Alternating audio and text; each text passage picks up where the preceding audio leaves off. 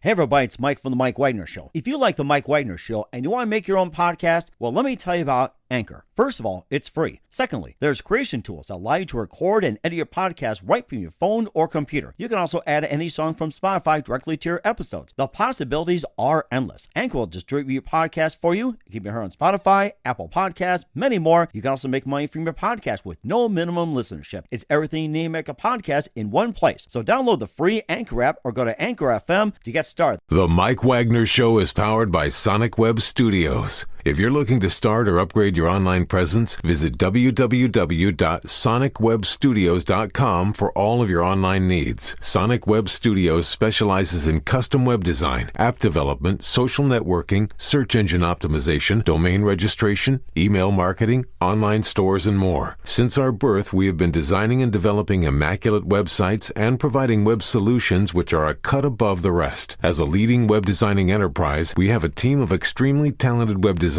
who are well-focused and have the experience of working on multiple web developing platforms such as PHP, Magento, custom WordPress, and more. Sonic Web Studios has been helping businesses of all kinds, whether big, small, established, or startup, impress their audiences with exemplary web solutions. We don't just create beautiful and functional websites. We give you a complete online solution with the main goal of enhancing your yearly revenues. We aim to give your business the online exposure and brand acknowledgement that will help you in achieving increased conversions leading to profitable sales. Call 1-800-303-3960 or visit us online at www.sonicwebstudios.com to get started today. Mention The Mike Wagner Show and get 20% off your project. Sonic Web Studios. Take your image to the next level. Hey everybody, it's Mike from The Mike Wagner Show. It's time to give a shout out to our official sponsor of The Mike Wagner Show, international award-winning author Mian Mohsen Zia. If you love fast-paced mysteries, then you'll love Missing by Mian Mohsen Zia. Available on Amazon in paperback and ebook. Missing is fast-paced and intriguing with an unforgettable twist. It takes place in 4 countries with 2 strangers and 1 target where truth is an illusion and those you love will be the first to go missing. It's available in paperback and ebook on Amazon. Missing by Mian Mohsen Zia has garnered great reviews and is even loved by Hollywood celebrities including Joanna Cassidy, Forbes Riley, and many others. So grab your copy today. Order Missing by Mian Mohsen Zia, now available at Amazon. It's now time for the Mike Wagner Show, powered by Sonic Web Studios. Visit online at sonicwebstudios.com for all your needs. The Mike Wagner Show can be heard on Spreaker, Spotify, iHeartRadio, YouTube, iTunes, Anchor FM, Radio Public, and themikewagnershow.com.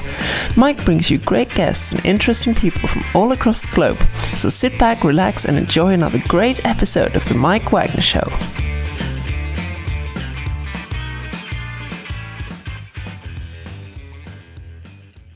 Hey everybody, it's Mike from The Mike Wagner Show, powered by Sonic Web Studios. Visit online at sonicwebstudios.com for all you need. Looking at a professional website without breaking your budget? Sonic Web Studios is the answer. Sonic Web Studios offers fast, affordable custom web designs at below the competition rate.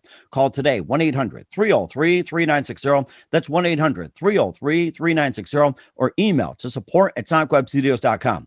Mention the Mike Wagner Show, get 20% off your first project. Sonic Web Studios, take your image to the next level. Also, time to give official shout out to our official sponsor of the Mike Wagner Show, international award-winning author Mian Mohsen Zia. If you love fast-paced mysteries, you'll love Missing by Mian Mohsen Zia, available on Amazon in paperback and ebook. Missing is fast-paced and intriguing with an unforgettable twist. Takes place in 4 countries, 2 strangers, and 1 target, where truth is an illusion and those you love be the first to go missing. It's available on Amazon in paperback and ebook. Missing by Mian Mohsen Zia has garnered great reviews and even loved and enjoyed by Hollywood celebrities, including Joanna Cassidy, Forbes Riley, and many others. So grab your copy today before it goes missing by Mian Mohsen Zia, available on Amazon.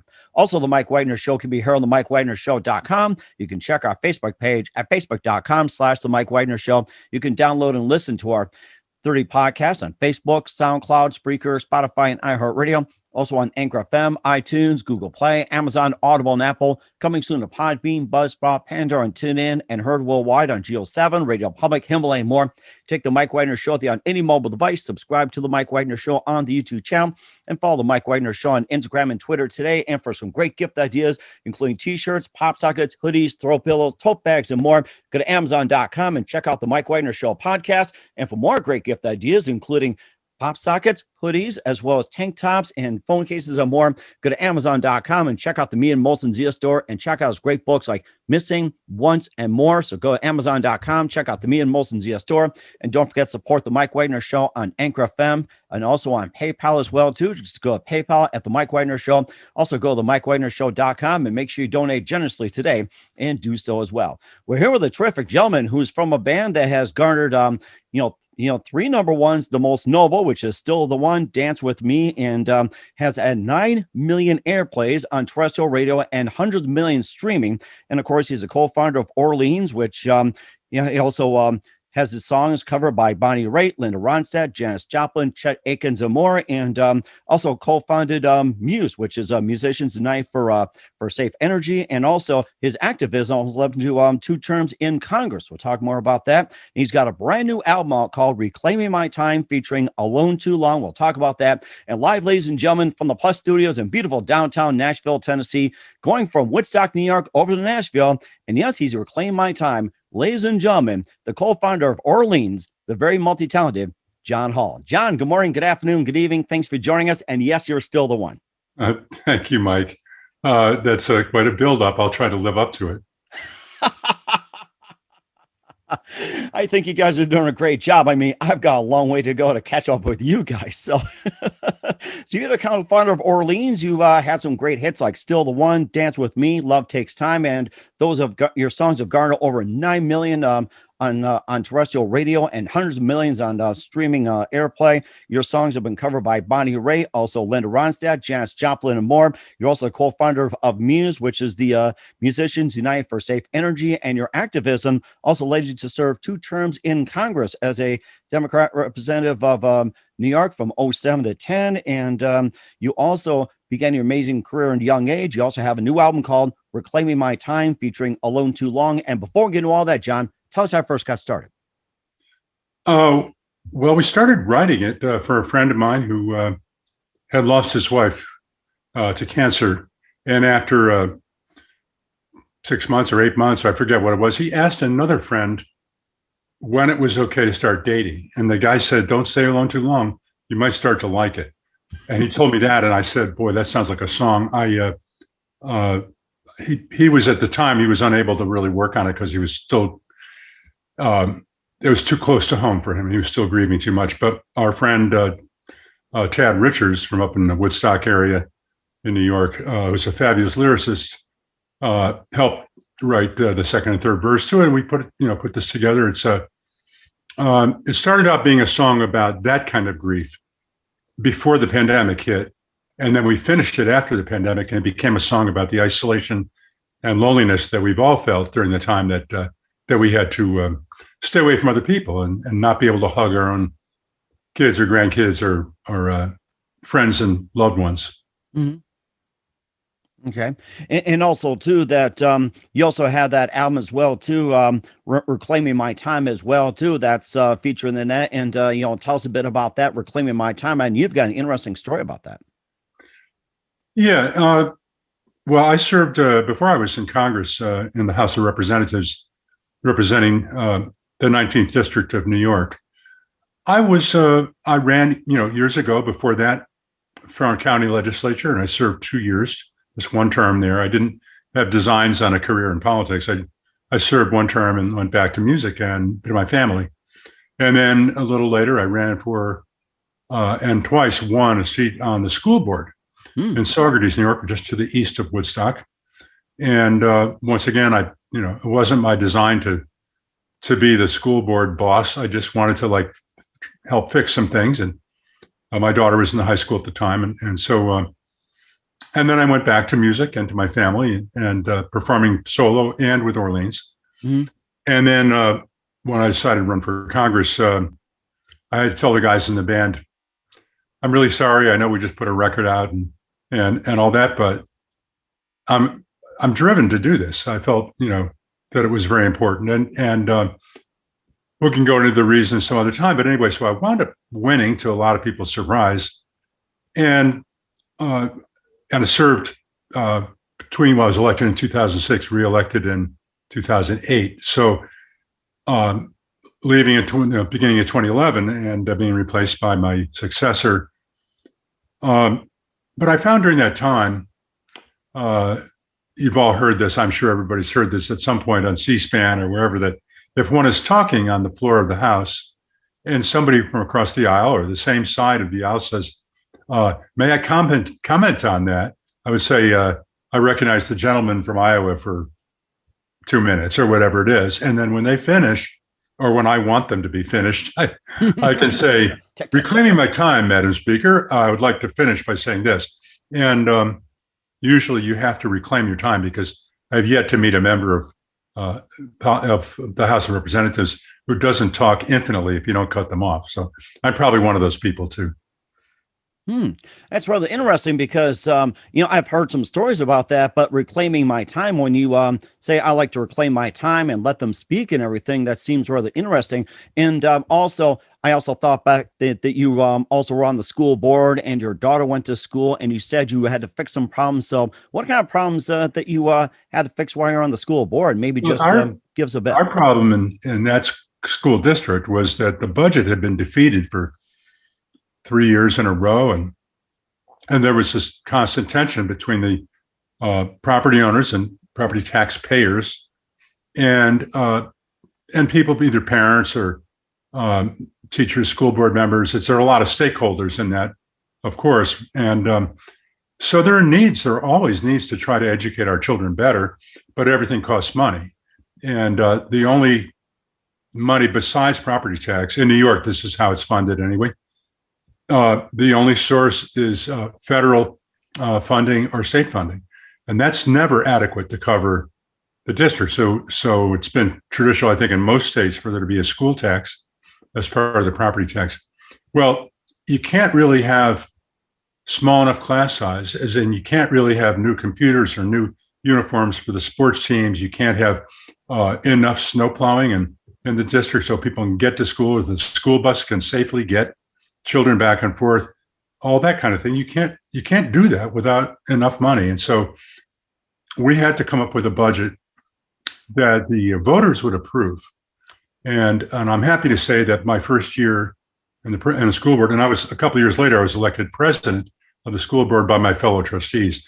But the first budget we did when I was there, we lowered taxes by a couple percent and still had the money to do those smaller classes, to do all the snow plowing and all the new uniforms and new computers and advanced placement German classes or whatever. I mean, wow. And because the vote on the budget always takes place in May.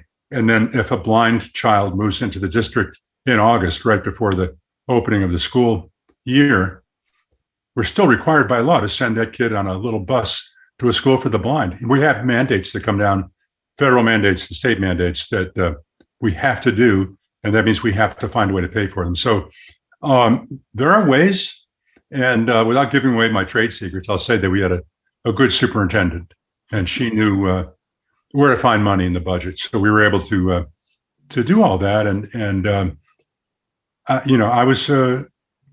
feel like I succeeded at what. That wasn't the only thing I was looking to do, but that was the main thing, was make sure that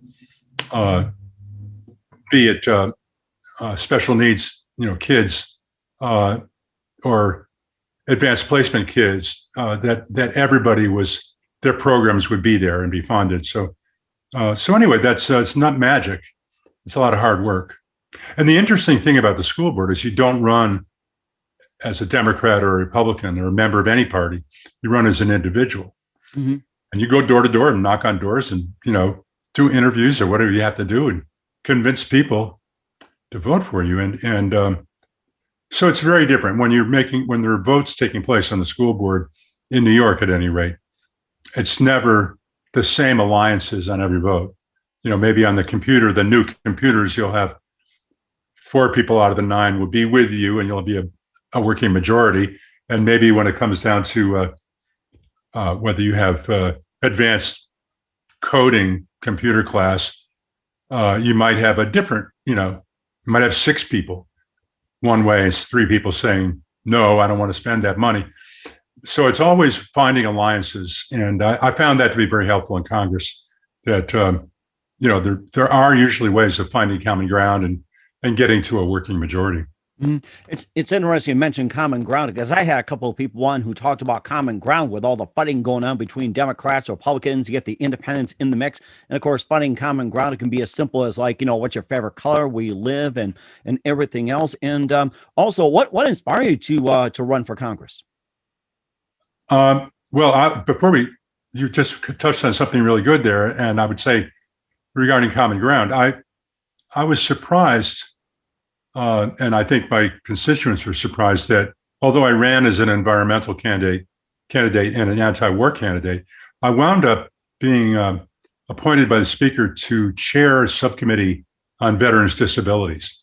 And probably the most important thing I did legislatively was to help. I was the main sponsor and author of a bill called the Veterans Claims Modernization Act of 2008. And it passed unanimously. Every Democrat and every Republican in the House of Representatives and the Senate voted yes. And President George W. Bush signed it into law and called it good government. And I just think that's an example that, for something that we can agree on, you start from there and you work out. And if I didn't do anything else, I did that. And I'm proud of the fact that it was a truly bipartisan measure. So, what inspired me really was that the representative, I moved into a different town in New York and a different district. And my representative at the time had voted for the war in Iraq and voted for oil drilling in the Arctic National Wildlife Preserve, both of which I thought were bad ideas. And I thought, well, she should get a challenge. And because, maybe she'll still win and still be there, but at least they'll have to spend money in that district, and somebody else will win somewhere else who thinks the way I do it. And so that's how it started out. I just discovered that my ability to speak from being on stage all my life, all my adult life, I've been performing. And there are a lot of parallels. People talk about selling a song, selling an idea, getting up on stage and going, listen to this, listen to this guitar solo, and selling a solo, selling a concept. It's the same thing. And also in politics, you are the product. And in music, really, you are the product too. I mean, the record's the product, the songs are the product, but it's also, it's still the self-promotion gene, which is necessary for both. So I snuck up on people who thought I was just a tree-hugging guitar player, and I actually could complete a sentence.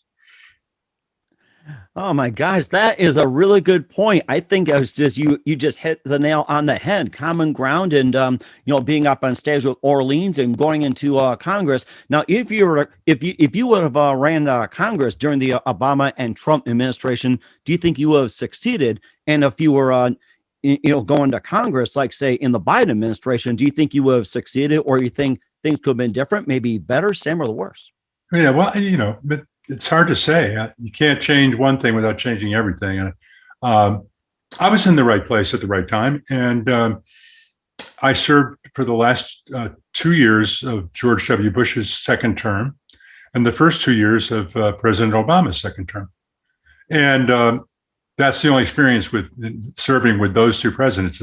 That's the only two presidents I've worked with. So, and not to say that I worked that closely with them, but we did accomplish some things that they had to sign off on. So I don't think it matters. I think, Joe Biden was, when I met him, I think twice. And, when I was there, he was considered a moderate by everybody. He was not a flaming liberal or radical anything. And so I think he should be a pretty easy guy, probably is a pretty easy guy to work with. But easy for me to say when I'm not there. So I'm back in the regular citizen side of things where I vote and I can talk about what's important to me, but I don't pretend to have those connections anymore. You think there's a lot of strength that comes with, and power that comes with, just even being elected in one district. I represented 650,000 people, more than the entire state of Alaska or Vermont, and I had 22 staff at the peak of including a couple interns. And you can get an awful lot done with people who are working, pulling the oars in the same direction that you're pulling them. And most of the work we did, I think, that really impacted people was in our district, constituent service, as they call it, where somebody calls the office saying, "I need help with my green card. I need help with my Social Security." That kind of, all kinds of problems. People come.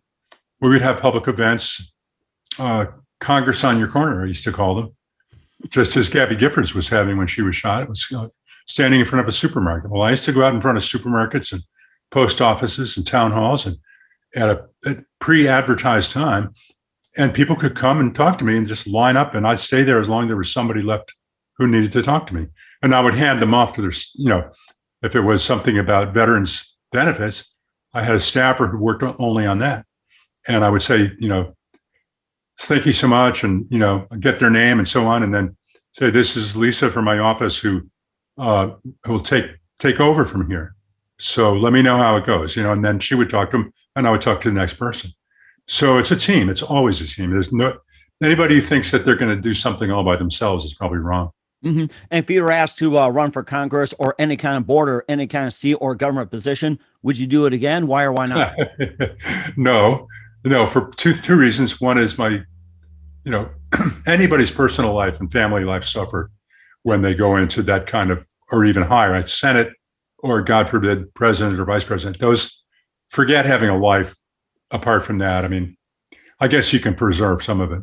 But the other thing is I'm reclaiming my time in terms of reclaiming my musical work, songwriting, guitar playing, recording, performing. And I don't really want to give that back. So it's somebody else's turn. I really believe that should be citizen government, and people should come out of private life, serve, go back to private life. And that, not to say that there shouldn't be some people who are important enough or skilled enough or wise enough to stay around longer than I did. But to me, it's back to private life, and somebody else can do it. That's a very good point. I think I'm inspired to do what you're doing as well, too, and talk about reclaiming my time and being up on the stage of Orleans. We'll talk more about that. But first, listen to the Mike Wagner Show at themikewagnershow.com, powered by Sonic Web Studios. Visit online at sonicwebstudios.com for all your needs. Looking at a professional website without breaking your budget? Sonic Web Studios is the answer. Sonic Web Studios offers fast, affordable custom web designs that blow the competition away. Call today, 1-800-303-3960. That's 1-800-303-3960. Or email to support@sonicwebstudios.com. Mention the Mike Wagner Show. Get 20% off your first project. Sonic Web Studios, take your image to the next level. Also, time to give a official shout out to our official sponsor of the Mike Wagner Show, international warring author Mia Molson Zia. If you love fast-paced mysteries, you'll love Missing by Mia Molson Zia, available on Amazon in paperback and ebook. Missing is fast-paced and intriguing with an unforgettable twist. Takes place in 4 countries, 2 strangers, 1 target, where truth is an illusion and those you love be the first to go missing. It's available on Amazon in paperback and ebook. Missing by Mia Molson Zia has garnered great reviews and even loved and endorsed by Hollywood celebrities, including Joanna Cassidy, Forrest Riley, and many others. So grab your copy today before it goes missing by Mia Molson Zia, available on Amazon. Also, the Mike Wagner Show can be heard on themikewagnershow.com. You can check our Facebook page at facebook.com/The Mike Wagner Show. You can download and listen on Facebook, SoundCloud, Spreaker, Spotify, and iHeartRadio. Also on Anchor FM, iTunes, Google Play, Amazon, Audible, and Apple. Coming soon to Podbean, Buzzsprout, Pandora, and TuneIn, and heard worldwide on Geo7, Radio Public, Himalaya, and more. Take the Mike Wagner Show on any mobile device. Subscribe to the Mike Wagner Show on the YouTube channel, and follow the Mike Wagner Show on Instagram and Twitter today. And for great gift ideas, including t-shirts, pop sockets, hoodies, throwbacks, tote pillows, and more, go to Amazon.com and check out the Mike Wagner Show podcast. And for more great gift ideas, including hoodies, phone cases, and pop sockets, and a lot more, go to Amazon.com and check out the Mia Molson Zia bookstore, including Missing, Once, and make sure you check out the Mia Molson Zia store for some great merchandise. And don't forget to support the Mike Wagner Show at themikewagnershow.com. Also, make sure you give generously to Anchor FM/support and PayPal at the Mike Wagner Show. Make sure you do so today. We're here with the co-founder of Orleans and also served on the school board and on Congress here on the Mike Wagner Show. John Hall is with us talking about reclaiming my time. And we all talked about Alone Too Long as a single, which is released as well too. And before we continue talking about your current music, you've been with Orleans for quite some time. You guys got together in Woodstock. And first of all, tell us how you got started with Orleans and music wise, how you got started. Well, it's a long story. I started playing piano when I was 4.5, but I won't tell you the whole rest of that part of it. In I guess it was 1971, I went to Europe playing guitar in a band with Karen Dalton, the singer, a wonderful kind of jazzy folk blues singer who was signed to Michael Lang's label, that being Michael Lang of the Woodstock Festival, who helped put that whole festival together and the movie and record and everything. And we were opening to Santana on a tour all around Europe. Mm-hmm. And on, I think, the 13th or 14th show of the tour in Montreux, Switzerland, she refused to perform because she had been denied a sound check. Really? Every show up until then, including then. And it was in her contract. But, people who've been on the road long enough know that the opening act doesn't always get a sound check. You have to be ready to play regardless of the circumstances. And so she left. She walked out and just took off on the street and wasn't coming back. And the promoter asked if somebody could do a show. He looked in our dressing room. Can anybody play and do a set? We have 5,000 Santana fans here, and there's going to be trouble if there's no music. And I said, I'll do it. And I went upstairs with a couple of the other guys in the band backing me and did half a dozen songs, Jimmy Reed songs, Ray Charles songs, just R&B and blues stuff, basically. And got back down in the dressing room, and the promoter comes down and says, you have to do an encore. And I said, what? And he said, come on, let's. And I went upstairs, and the fans had their lighters out and were stamping and, carrying on for an encore. And so I went out and did another song. I think it was Don't Bogart That Joint, the Lowell George song that the Fraternity Man and Little Feat both did. And of course, they knew that from Easy Rider. So they went crazier even after that. But on the way home, Karen got bumped off the tour. So we were all off the tour. And after that night, on the plane going home, I was thinking I should start a band. Johanna and I had already written Half Moon, which Janis Joplin had recorded. And we'd written a bunch of other songs that were getting cut by the Times and Millie Jackson and various folks. And I thought, I should really start a band where we do our own original material. And came back and started sort of shuffling, playing every night in a club in Woodstock, or every week in a club in Woodstock, and different bass players and drummers. And in December of 1971, Wells Kelly joined. I worked with him before. He was from Ithaca, New York, upstate. And then a couple other guys quit. So it was me and Wells in my basement, and looking at each other. And Wells said, why don't we call this guy I know from Ithaca, Larry Hoppin? He can play anything, he can sing anything. So we got Larry down, and that trio performed our first show as Orleans in January of 1972. So we're actually working now on a Christmas record. We'll be out in the fall, but more importantly, we're working on our 50th anniversary record, which will come out this coming January, which is 2022. It's exactly 50 years from our first show as Orleans. Wow, that is something. How'd you come up with the name Orleans? We were playing a lot of New Orleans influenced music, Alan Toussaint, meters, covers. Before we had enough of our own songs to fill out a set, we were covering a lot of that and reggae and R&B stuff, and so it made sense from that point of view. And also,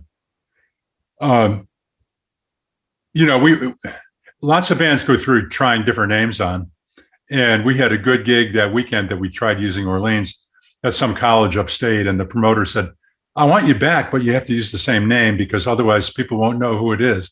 So we just kind of got stuck with it, but it turned into something people recognize. Mm-hmm. And very recognizable as well, too. I mean, your big hits is obviously Still the One, Dance With Me, and Love Takes Time, and 9 million airplays on terrestrial radio, hundreds of millions on streams, almost 50 years later. It's like, who knew that were to happen? And, tell us about those three songs and what inspired you to write them. Well, before I talk about the songs, I would say that the changes in the music business have been kind of summed up in what you just said, in that 9 million streams or 9 million airplays, spins as they call it, on terrestrial radio is a lot, but it's totally dwarfed. I mean, we're talking 9 million over the time from '75 when Dance With Me came out, and '76 when Still the One came out, to now. But streaming audio has not really been a factor until 15 years ago. Mm-hmm. Like that, it started to really take off. And we have, at this point, every couple of weeks, we get another million streams. It's just unbelievable how many more times. I mean, there's musicians and songwriters and record companies will complain, I think rightfully so, that streaming doesn't pay the artists and the writers. I mean, we might get 1,000th of what a terrestrial radio station will pay per spin, but there's so many more of them. It's still substantial. Dance With Me, I was playing acoustic guitar in the living room, and Johanna, my first wife and co-writer, was in the kitchen making coffee, and I played that da da da da da da da da da da da da on the guitar, and she called from the kitchen, "That sounds like Dance With Me." I said, "Can we come up with something more original?" And she said, "No, it really sounds like it." So anyway, it wound up being Dance With Me, and of course she was right. That song went on to be recorded not just by us, but by Chet Atkins and by Steve Wariner and Earl Klugh and Bobby McFerrin and all kinds of. It's amazing. Earl Klugh, the jazz guitar player, it's been recorded in about every format that there is, and every style of music there is. Still the One started out with a downstairs neighbor of Johanna's and mine asking her to write a song about people staying together, because our neighbor was being in the middle of a divorce from her husband. And she said, there are too many songs about people breaking up. Can you write a song about people staying together? So Johanna wrote the entire lyric on the back of an envelope and handed it to me and said, can you do anything with this? And I wrote the music in about 15 minutes. Wow. It was like a miracle just dropped in our laps. And it doesn't always happen that magically, but it's all magic, whether it takes a month or two or whether it takes 5 minutes. It's still, it's always a different, the writing experience is always, sometimes you start with the music first, sometimes with the lyrics first.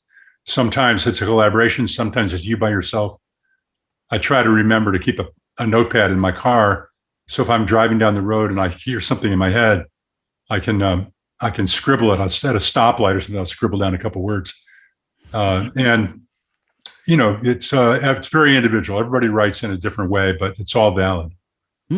That's really interesting. And in fact, the most important lesson is always listen to your wife and always have some coffee with it. I mean, that's the two most important things. And yes, you got to write things down. And I have to admit, I'm guilty of not writing things down because I get accused by my wife. It's like, you should have wrote this down. Now, everywhere we go, it's like we keep a pad of paper in our vehicle. Of course, I keep a pad of paper here, pad of paper at my desk, or just type on your phone or text somebody. It's just like, it's amazing what a couple of words can all of a sudden do. This is true. Sometimes I hear a conversation. I overhear a conversation at the next table in a restaurant, and I can hear something and go, wow, interesting idea for a song. And the other people have no idea that we're even, I don't try to eavesdrop on people, but sometimes you can't help hearing things. And it's just, you never know. A song, can come from, there's an Orleans track that Johanna and Jonelle Mosser and I wrote called One Tribe. We are all one tribe, and it's about that kind of common ground and unity versus tribalism. Mm-hmm. And the idea for the song really came out of a New York Times article.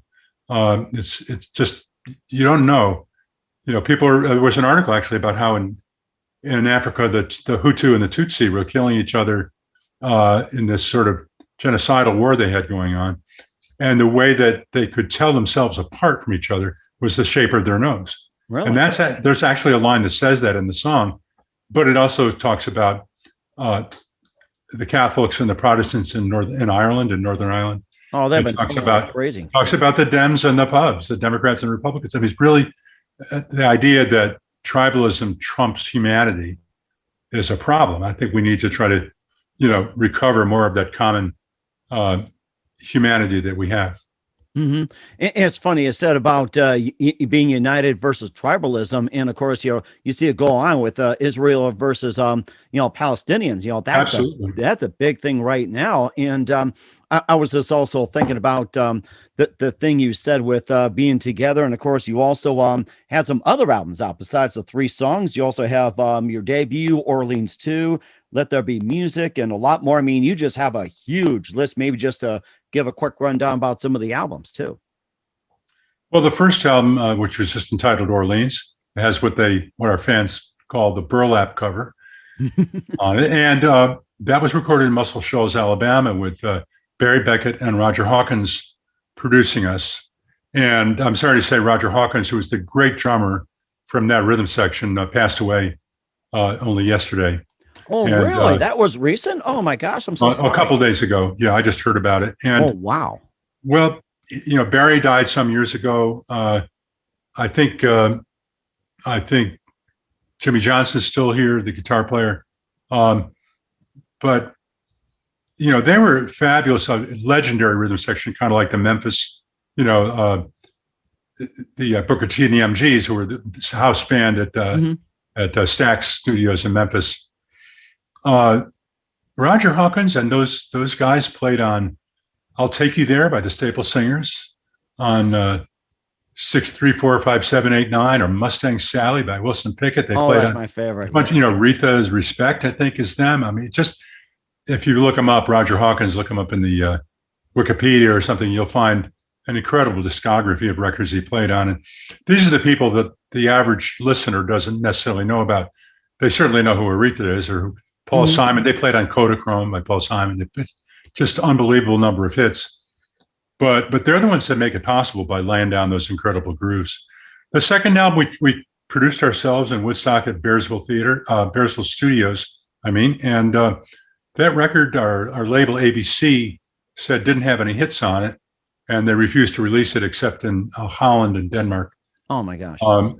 But it did have "Dance With Me" and "Let There Be Music" on it. So when we later hooked up with Chuck Plotkin, who was head of A&R for David Geffen's Asylum Records, he not only signed us to that label, but he bought the re-recording rights back to "Dance With Me" and to "Let There Be Music" from ABC Records. So we recut those for our third album, which is entitled "Let There Be Music." And that album, "Let There Be Music," the title song got to 35 or something like that on the charts. And then "Dance With Me" went top 10. And we did a tour with Melissa Manchester. Among others, we played a lot of shows with different people. And then when we cut our next album, "Waking and Dreaming," we wound up, which had "Still the One" on it, among other songs. We wound up using Chuck was the producer, so he kind of would tell us, "I don't think that's it. You need to cut that song again." And we wound up tracking "Still the One" 3 times with him for the third album. And for the fourth album, we tracked or "Dance With Me" for the third album. And again, "Still the One" we cut 3 times. Jerry Marotta had joined our band on drums, and he played drums on the last and final version of that, which everybody has heard. And then we went on tour with Jackson Browne on his "Running on Empty" tour. It was huge, and "Still the One" was out on the radio at the time, so that was kind of exciting tour. And at that point, we were label mates with the Eagles and Jackson and all these other wonderful artists. So that's before the consolidation and acquisitions, like Warner Brothers buying. Warner's bought Asylum and Elektra and Atlantic, and it was called together pretty much. Yes. Warner, Elektra, Atlantic, and then they were bought by AOL, and then they were bought by Time magazine. It became AOL Time Warner, and then it's just that kind of corporate consolidation and spin-off keeps happening. So we're lucky to find out like who we should talk to about our royalties now, but nothing to complain about. It's just it's always been a strange business, and it hasn't stopped being strange. And of course, you also kept up as well, too, just for the fans, like with "Dancing in the Moonlight." You got back together, and you also did some records, even while the time you were running for Congress. or you're in Congress, I should say. Well, the band continued working while I was in Congress. And then in 2012, Larry Hoppin passed away. My partner, one of the original three founders of Orleans, passed away. And I came back in the band at that time, and I've been playing with Orleans ever since. Yeah, we just have a sound that the Hoppin brothers, Larry and Lance, and their youngest brother, Lane, who's playing keyboard and singing with us now, and trumpet and melodica, just like his brother Larry did.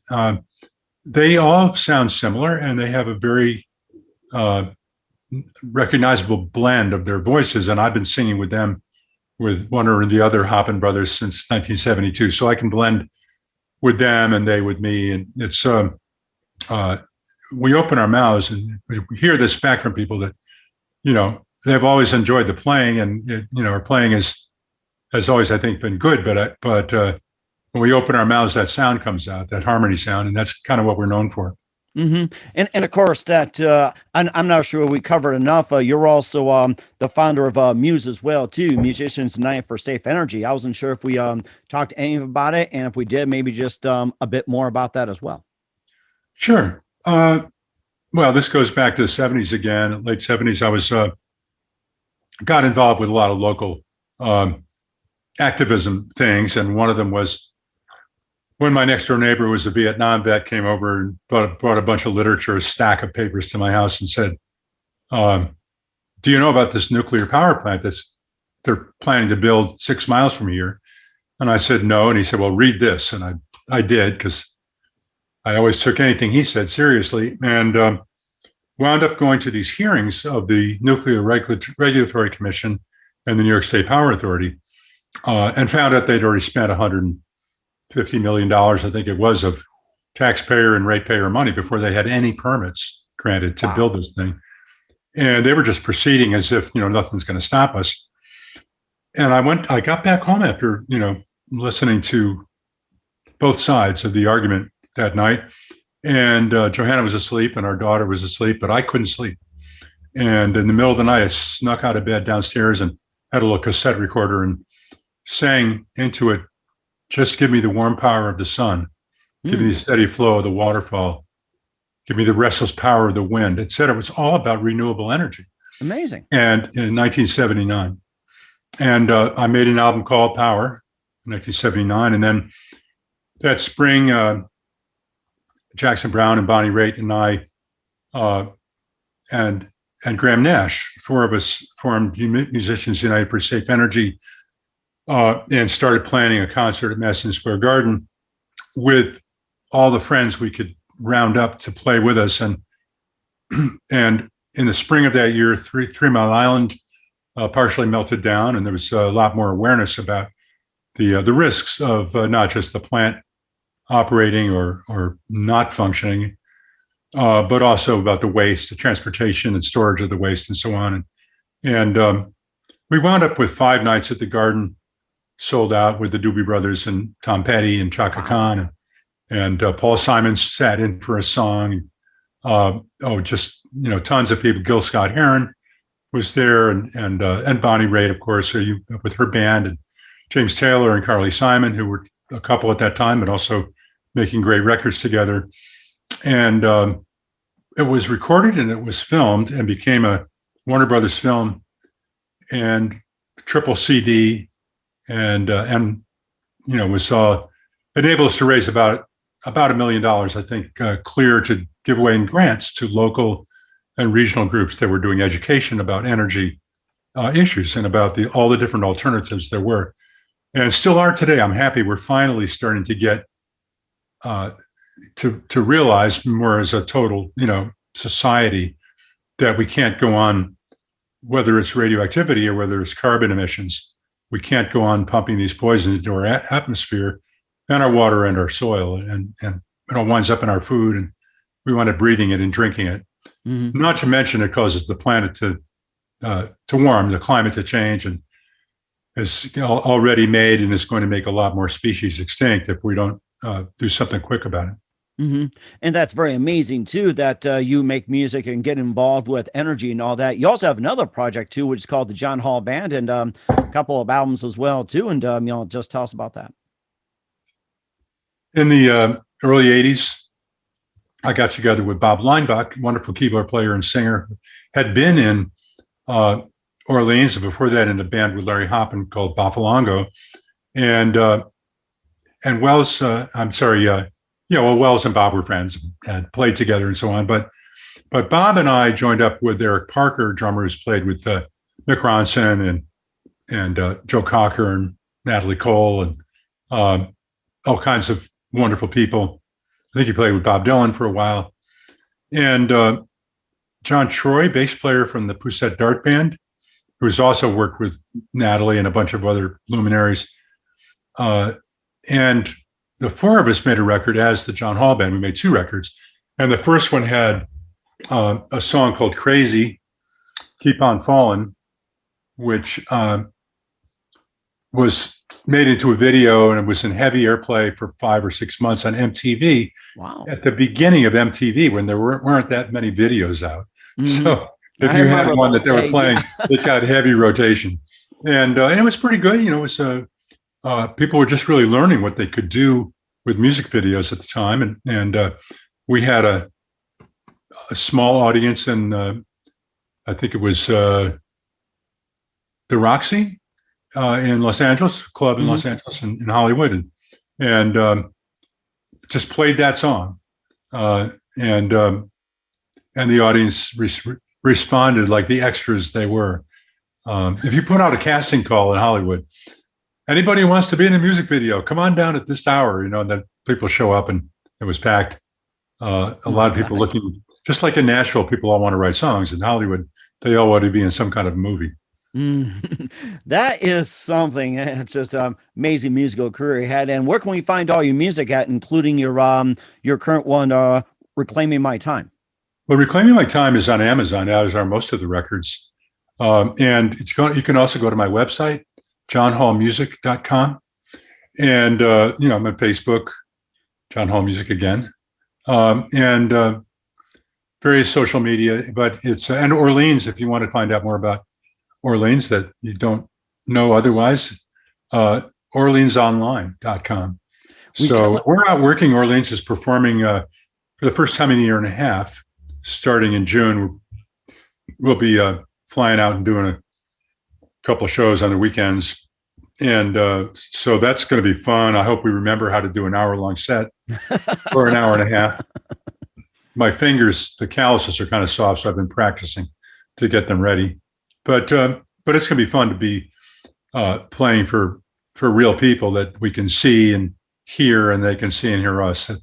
That's really a touchstone for most musicians. And it's one thing to work in the studio and sit around the table writing, but getting in front of people and playing is really the kind of the high point. Mm-hmm. And we're certainly looking forward to that as well, too. And what's coming up for John Hall of Orleans and more? We'll find out just 1 minute. You listen to The Mike Wagner Show at themikewagnershow.com, powered by SonicWeb Studios. Visit online at sonicwebstudios.com for all your needs. Also brought to you by our official sponsor of The Mike Wagner Show, international warring author Mia Molson's Zia of Missing, available on Amazon and paperback and ebook. We'll be back with the co-founder of Orleans, John Hall, after this timeout. The Mike Wagner Show is powered by SonicWeb Studios. If you're looking to start or upgrade your online presence, visit www.sonicwebstudios.com for all of your online needs. Call 1-800-303-3960 or visit us online at www.sonicwebstudios.com to get started today. Mention The Mike Wagner Show and get 20% off your project. Sonic Web Studios. Take your image to the next level. Hey everybody, my name is Forbes Riley, and I'm an American actress and a TV host. And I was delighted when I got my copy of Missing, which is Extraordinary Relation of Ordinary People based on a real life relationship. It's well written. It's amazing. It talks about a man who has lost his wife and his daughter, and it's very well done. I'm going to highly recommend that you go get your copy of Missing. It is a powerful, exciting read. Mr. Mian Moshe Zia. He is the author of Missing. And I want to give a big shout out and a kiss all the way halfway around the world to my dear friend. Check him out at Mia's website. It's called www.miamoshenzea.com. Missing, available on Amazon. Again, I'm Forbes Riley, and I will see you again soon. Bye-bye.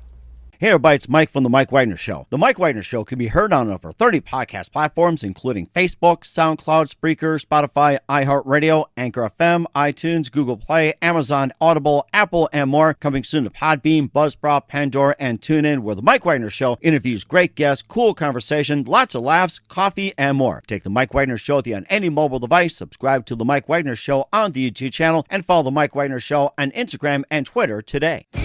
Hey, this is Ray Powers. And if there's one thing you can count on in these unpredictable times, it's that you're in good hands getting some great radio, courtesy of The Mike Wagner Show.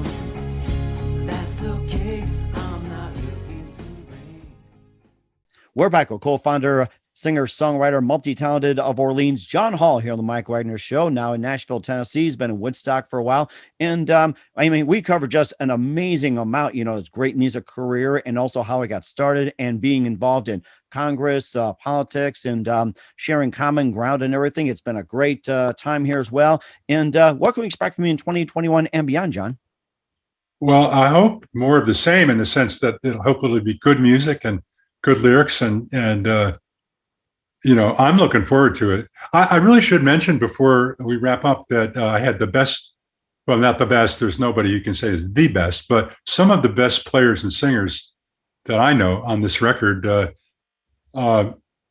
Everybody from John Cowan, who sang with Newgrass Revival and played bass with them, and more recently been singing and playing with the Doobie Brothers. And he is, started out being a bluegrass prodigy, and has done everything from that to straight out rock and roll and various kinds of soul and gospel music. Andre Zahn, who's a wonderful singer and fiddle player, and has worked with everybody from Lyle Lovett to James Taylor.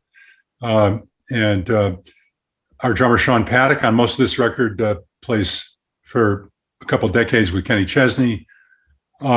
Sax player played on Alone Too Long, and one other track on the record, Jay Collins, who has played with the Allman Brothers, with Dukes of September, with Boz Scaggs, Donald Fagen, and Mike McDonald.